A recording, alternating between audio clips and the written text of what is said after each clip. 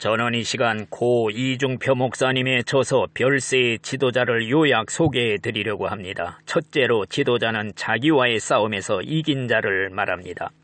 예수님께서도 나를 따라오려거든 자기를 부인하고 자기 십자가를 지고 따라오라고 그랬습니다. 이 말씀은 자신의 죽음을 의미합니다.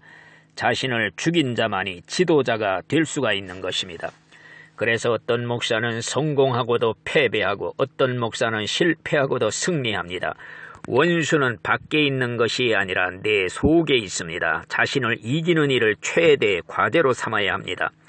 원수의 정체를 아는 사람은 다른 사람들과 싸우지 않고 자기와의 싸움을 싸웁니다. 내가 죽으면 그때부터 싸울 대상이 없어집니다. 상대방을 불쌍히 보게 됩니다.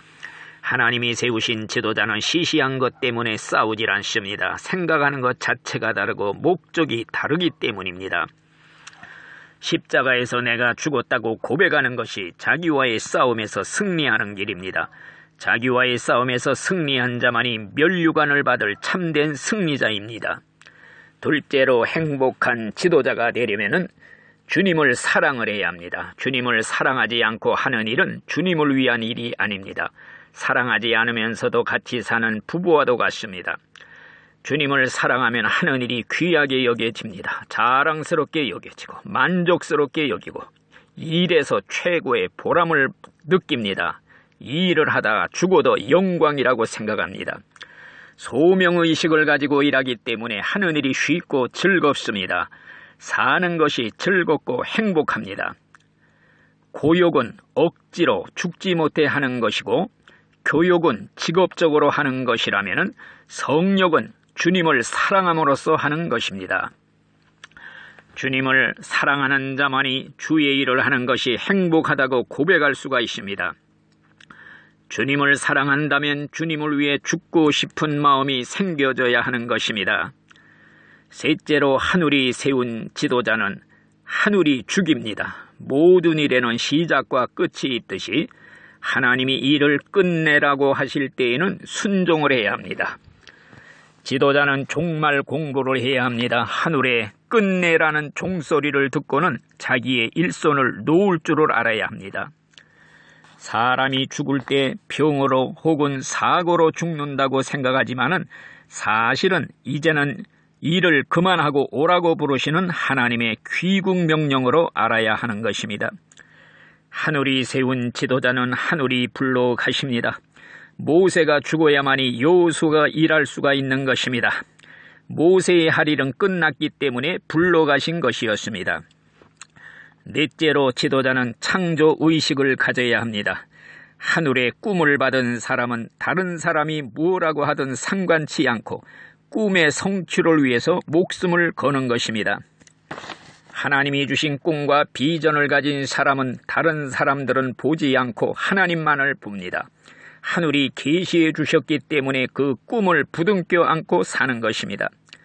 창조의식을 가지고 살면은 살아야 할 목적이 있고 할 수 있다는 가능성도 발견하게 되고 반드시 그 일을 해야겠다는 순교정신을 갖게 되는 것입니다. 나는 이 일 때문에 살고 이 일을 안 하면 죽는다는 의식을 갖게 되는 것입니다. 사도 바울도 사명 감당하는 일에 생명을 걸고 했던 것입니다. 우리는 죽을 때가 되면 내가 할 일이 다 끝났다고 고백할 수 있어야 할 것입니다. 우리의 인생은 너무나 짧습니다. 짧은 인생마저도 기력이 쇠해져서 할 일을 못하고 갈 때가 많습니다. 빨리빨리 성령 능력 받아가지고 창조의 사역을 수행해야 될 것입니다. 다섯째로 지도자는 별세의 신앙을 가져야 합니다. 별세는 그리스도와 함께 죽고 그리스도와 함께 산 자가 누리는 은혜의 세계를 말하는 것입니다. 살아서 죽는 별세의 은혜를 체험하지 못한 사람은 죽어서 천국 간다는 보장이 없는 것입니다. 별세한 사람은 사는 목적이 다르고 가치관이 다릅니다. 사도 바울은 예수와 함께 십자가에서 죽은 자로 여겼기에 세상에 살았지만은 세상 사람이 아니었습니다. 그는 하늘을 끌어안고 산 하늘의 사람이었습니다. 발은 땅에 딛고 살았지만은 심령은 하늘에서 산 사람이었습니다. 별세의 신앙을 가진 사람은 누가 알아주든 안 알아주든 개의치 않습니다. 세상 것은 다 시시한 배설물로 여깁니다. 우리는 별세의 사람이 되어야 될 것입니다. 사는 것이 달라진 것입니다. 세상 것 때문에 울고 웃지를 않게 될 것입니다. 우리는 잃어도 웃고 소유해도 그것으로 기뻐하지 않는 그러한 가치관을 가지고 살아야 될 것입니다. 마지막으로 한 가지 광고 말씀을 드립니다. 본인은 전도 만안을 그려서 네팔어로 인쇄 배포하다가 작년에 은퇴하였습니다. 왜 전도해야 하나라는 전도 만화가 네팔 목사들에게 주목을 받아서 5,000권만 더 찍어주면 네팔 전 교회에 배포하고 싶다는 연락을 받았습니다. 은퇴 후에는 그럴 힘이 없어서 부득이 뜻있는 분들의 협력을 구하게 되었습니다. 많은 협력을 기대하면서 감사를 드립니다. 아멘.